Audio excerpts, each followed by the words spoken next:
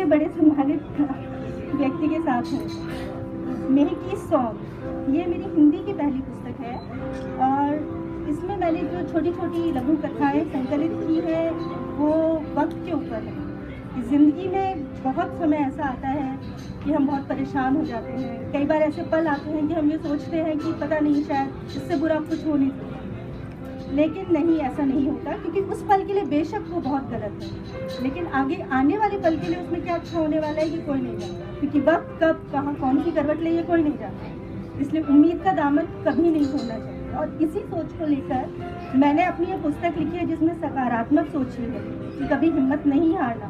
कोई आपके साथ हो ना हो, लेकिन आपकी परछाई हमेशा आपके साथ चलती है और जब आप अंधेरे में होते हैं तो वो अंदर आपकी आत्मा के साथ होती है। ज़्यादा मैं क्या कहूँ क्योंकि मैं चाहती हूँ कि चक्रधर जी ही कुछ बोले, बस इतना ही कहना चाहती हूँ। एक दिन समा जाऊंगी मैं इस धरा में, चमकूंगी बन के तारा नभ में, बस शब्द रहेंगे मेरे लेखन में कि हंसी में बसती हूँ आज भी मैं सबके में। शुक्रिया आप सभी का, धन्यवाद, नमस्कार। धन्यवाद श्वेता जी।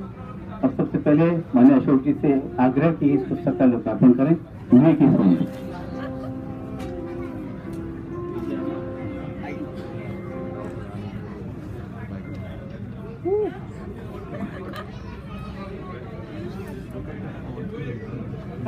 तुम भी आओ बेटा। आजा आजा मैं सुन रहा हूँ।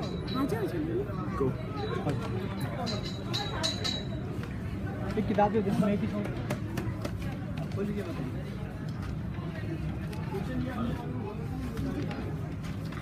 हेलो,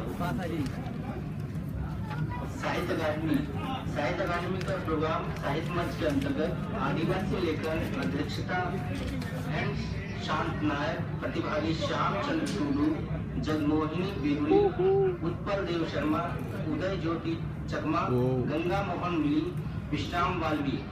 अभी कुछ देर में स्टार्ट होने वाला है। आप लोग सभी बहुत धन्यवाद अशोक जी। कि आप सभी होल नंबर 8 में आपके मार्गदर्शन, आपका आशीर्वाद आदरणीय अशोक जी। साहित्य अकादमी साहित्य मंच के अंतर्गत आदिवासी प्यारे मित्रों, प्रोग्राम कर रही है। ये होल नंबर 8 में आप महकी सॉन्ग श्वेता परमार की हिंदी में पहली किताब है। अंग्रेजी में ये लिखती रही हैं। तो हम ऐसे युग में जी रहे हैं जिसमें दोनों भाषाएं विकास के चरमोत्कर्ष को छू रही हैं भारत में। हिंदी भी, अंग्रेजी भी। हिंदी बढ़ रही है और अंग्रेजी नई पीढ़ी पढ़ रही है। तो पढ़ना और बढ़ना दोनों एक साथ श्वेता के साथ हुआ है। मैंने इसकी कुछ कहानियां पढ़ी हैं और जो बात अभी कही कि सकारात्मक सोच है, वो मैंने इनकी हर कहानी में पाया। अब वो सकारात्मक सोच क्या है, मैं कुछ चीजें रेखांकित करता हूँ। जैसे लगभग हर कहानी में एक लड़का एक लड़की होती है या एक दंपति होते हैं, उनका विवाह चलता है खट्टे मीठे अनुभवों के साथ। घर में बच्चे आते हैं तो एक लड़का होना चाहिए, एक लड़की होनी चाहिए, लेकिन श्वेता की हर कहानी में लड़कियां ही पैदा होती हैं। ऐसा है ही नहीं कि लड़का, या वो कहानी मुझसे छूट गई होगी जिसमें किसी बालक नहीं है ना। तब आप देखिए कि एक ऐसी कहानीकार एक ही बात से आप समझ जाएंगे वो कितना ज्यादा नारी और बालक के मामले में बालिका की पक्षधर है। और उस सोच को कहीं भी नहीं कहा कि सासू माँ गलत है या सासू माँ ने झड़की दी कि तेरी 3 बेटियां हो गई या बेटे का इंतजार करो, कहीं ऐसा वाक्य नहीं है। तो जो सास हैं वो भी इसके एहसास के पास है, वो विरोध नहीं करती किसी बालिका के आने का, बल्कि हर जगह उसको नन्ही परी कहा जाता है, खुशियां बांटने वाली शक्ति कहा जाता है। उनके नाम भी कुछ ऐसे ही हैं, मिसरी नाम है, किसी का खुशी नाम है। अब एक खुशी है एक कहानी में, और वो उसकी खुशी क्या है कि अचानक बहुत कुछ होता है। श्वेता की कहानियों में एक अचानक आता है, कोई भी अचानक आता है, और वो अचानक पूरी कहानी को बदल जाता है। उस अचानक के आने के बाद हम सोच नहीं सकते कि इस कहानी में क्या होने वाला था। हम शायद सोच रहे हैं कि ऐसा नहीं हो पाएगा, नहीं हो पाएगा, इन दोनों का मिलन नहीं हो पाएगा, ये होना ही नहीं है, क्योंकि लड़का लड़की की तरफ ध्यान नहीं दे रहा, लड़की उसके सामने नतमस्तक नहीं हो रही, उसका अपना अहंकार, अपना ईगो है। तो वो जो ईगो का पराभव कैसे बिना ईगो के अचानक हो जाता है, तो एक अचानक शक्ति आती है, वो किसी का ईगो कम नहीं होने देती, न पुरुष का न स्त्री का, बल्कि एक ऐसी घटना ये बुनती है अपनी कहानी में, जिससे कि कहानी एक ऐसी सकारात्मक दिशा में बढ़ जाती है, जहाँ सब कुछ उस मोड़ पे आ जाता है, जहाँ हम कहते हैं ना, जैसे इनके दिन फिरे ऐसे हर किसी के दिन फिरे। तो हर कहानी कुछ ऐसे बिंदु पे आती है। खुशी की कहानी क्या है? खुशी का नाम आया, खुशी के घर में कोई वृद्धा अचानक आ गई, अचानक आके बेहोश हो गई। बेहोश हो गई तो खुशी तो इतनी सहृदय युवती थी कि उसने कहा कि आप कहाँ रहती हैं माता जी, और वो माता जी को छोड़ने अपनी गाड़ी में गई, तो पता लगा कि वो एक वृद्धाश्रम में रहती है। तो खुशी को बड़ा अजीब लगा कि देखो इसके कैसे बालक हैं जो इसको वृद्धाश्रम में छोड़ गए, शकुंतला देवी को वृद्धाश्रम में छोड़ दिया जाता है, और बहरहाल इससे खुशी का वृद्धाश्रम में आना जाना शुरू हो जाता है। तो सारे वृद्ध महिला पुरुष खुशी के फैन हो जाते हैं, एक नाता बनता है। वो जो वृद्धा हैं उनका पौत्र भी वहां आता है, वो पौत्र आता है तो खुशी से कभी कभी मिलता है। वृद्धाश्रम का नाम है शकुंतला देवी वृद्धाश्रम। लेकिन खुशी के जाने से वहां कलाएं पनपने लगती हैं, तरह तरह की कलाओं में वृद्ध व्यस्त हो जाते हैं, तो वृद्धाश्रम नाम खटकने लगता है कि इसका नाम कला केंद्र क्यों न रखा जाए। और पता लगता है कि जो शकुंतला देवी वृद्धाश्रम है उसका नाम शकुंतला देवी कला केंद्र हो जाता है, और ये भी पता लगता है कि जो वृद्धा घर में आई थी वे ही शकुंतला देवी हैं। तो वे शकुंतला देवी संपन्न होने के बावजूद उन वृद्धों के साथ रहना, अपना जीवन यापन करना पसंद करती हैं। तो जो मानवीय संवेदनों की हल्की हल्की झलकती है, वो श्वेता की कहानियों की ताकत है। कोई भी कहानी हो उसमें उम्मीद नहीं छोड़ती। जैसा इन्होंने कहा कि ये जब नहीं रहेंगी, अब बताइए अभी से बात करनी नहीं रहेंगी, तो वैसे तो कोई भी ऐसा नहीं है जो अमर फल खा के आया हो, लेकिन जब नहीं रहेंगी तो कोई तारा बन जाएंगी, तारा बन जाएंगी और किताबों में अक्षरों में रह जाएंगी। और अगर आप मुस्कुराएंगे तो ये महसूस करेंगे कि ये जीवित है। तो ये कहानीकार के लिए बहुत बड़ी बात है, आशावाद। वो और क्या क्या कहानियों के बारे में बताऊं, लगभग हर कहानी में दो सखियां होती हैं, कहीं कहीं बचपन के मित्र होते हैं, एक अबीर है और एक उसके साथ जो कहानी है धानी है, नाम भी बड़े अच्छे अच्छे रखे हैं। अब वो बचपन के मित्र हैं, दोनों आर्मी में जाना चाहते हैं, धानी चाहती है डॉक्टर बन जाए, लेकिन फिर अचानक क्या होता है, एक एक्सीडेंट होता है। एक्सीडेंट हुआ तो माता पिता भाई तीनों का देहांत हो गया। तो धानी आत्मसंघर्ष करके स्वयं अपनी पढ़ाई लिखाई करती है, डॉक्टर बन जाती है।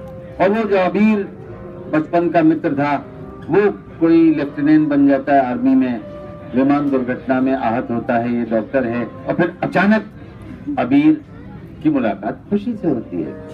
खुशी खुशी अबीर को वो धानी और उनमें मित्रता बढ़ती है। लेकिन प्रपोज कौन करे, ये एक सबसे बड़ा संकट इन कहानियों में दिखाई देता है कि कौन पहल करे बोलने की। उस चीज को बहुत रोचक अंदाज में श्वेता खींचती हैं, और लगता है कि बात बनेगी नहीं बनेगी, लेकिन अचानक कुछ होता है और फिर बात बन जाती है। तो आप पढ़ेंगे तो बात बनेगी। मेरी शुभकामनाएं हैं श्वेता को। और ये नहीं कि इनकी हिंदी की पहली ही किताब हो, और भी किताबें आए। और प्रेम जो इनका मूल विषय है, जिसमें अहंकार विहीनता की बात करती हैं, मैं 3 पंक्तियां बता के अपना वक्तव्य समाप्त करूंगा। उससे पहले बधाई दूंगा पीयूष जी को, प्रभात जी को, कि वो अच्छी किताबें लिखने वाले लोगों को ढूंढते हैं।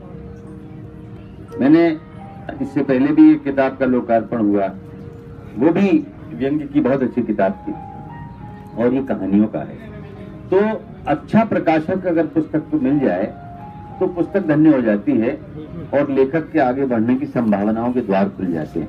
तो मैं प्रकाशक बंधुओं को भी बहुत बहुत धन्यवाद देता हूँ कि ऐसी पुस्तक छापी। मेरी 3 पंक्तियों की एक कविता है, तुम्हें भी अच्छी लगेगी श्वेता। तुझे भ्रम है मैं तेरा हूं, मुझे भ्रम है तू मेरी है, न तू मेरी न मैं तेरा, अगर कुछ है तो ईगो है। तुझे भ्रम है मैं तेरा हूं, मुझे भ्रम है तू मेरी है, न तू मेरी न मैं तेरा, अगर कुछ है तो ईगो है। कलह है हरदम जो बोता है, वही सब कुछ, वही सब कुछ। तुझे भ्रम है कि तू खुश है, मुझे भ्रम है कि मैं खुश हूं, न तू खुश है न मैं खुश हूं, अगर खुश है तो ये दिल है, खुशी में भी जो रोता है, वही सब कुछ, वही सब कुछ। लेकिन तीसरी पंक्ति जो इस कहानियों का सार है वो ये कि तुझे भ्रम है कि तू कुछ है और मुझे भ्रम है कि मैं कुछ हूं, न तू कुछ है न मैं कुछ हूं, अगर कुछ है तो कुछ है जो होता है, वही सब कुछ, वही सब कुछ। श्वेता की हर कहानी में अंत में कुछ कुछ होता है और वही हमें, हमारी सृष्टि को, हमारे समाज को हंसी और हवा का हकदार बनाता है। बहुत बहुत बधाई। बहुत धन्यवाद अशोक जी, इतना बढ़िया आपने कहा। और सबसे बड़ी बात है कि आपने पुस्तक को पढ़ने के लिए इतना समय निकाला, ये बहुत बड़ी बात है। पूरी कहानियां आपने पढ़ ली। अधिकांश तो जो लोग लोकार्पण करते हैं वही कहते हैं पुस्तक ज्यादा पढ़ नहीं पाया हूँ, सिर्फ ब्लर मैटर देखा है। आपने गहराई से डूब के पढ़ा, इसके लिए आपको बहुत साधुवाद, धन्यवाद। लेखिका की सासू माँ यहाँ पे हैं, उनसे मैं अनुरोध करूंगा कि वो भी 2 शब्द कहें।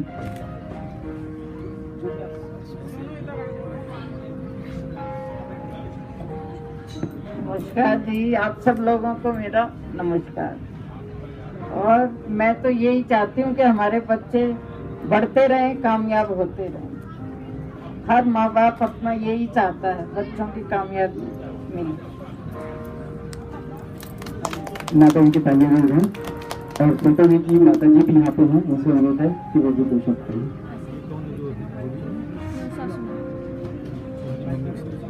अरे मम्मी दादी में नानी को देख रही है, दादी भी बोली है। परम आदरणीय श्री अशोक चक्रधर जी, सभी पधारे हुए अतिथिगण, परिवारजन, मेरे सभी छोटे बच्चे, आप सभी अपना अमूल्य समय निकालकर यहाँ श्वेता की किताब के उसमें आए विमोचन में, उसके लिए मैं आप सबकी बहुत बहुत आभारी हूँ।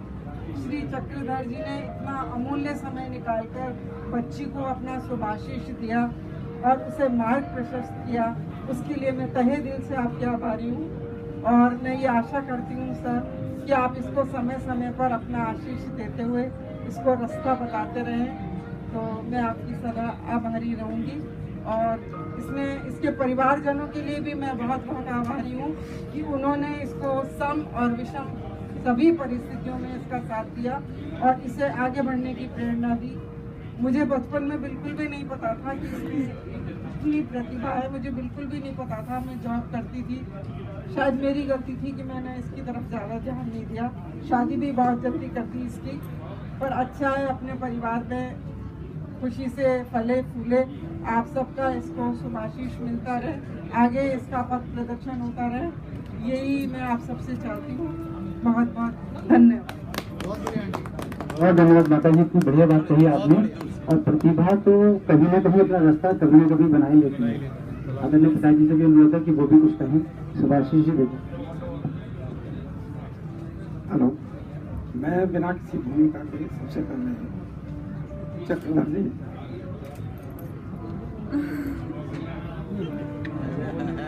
पिताजी भावुक हो गए और जाहिर सी बात है कि कैसे क्षण है। एक फोटो खींचा जरा इसमें हमारे लिए, लाई आप निकल जाइए, इसको हम पे डाल देंगे। रीट्रैक कर लेते हैं, एक बार कीजिएगा। पीयूष जी आप भी आ जाइए, आप भी आ जाओ ना पीयूष जी। बेटे तुम आ जाओ।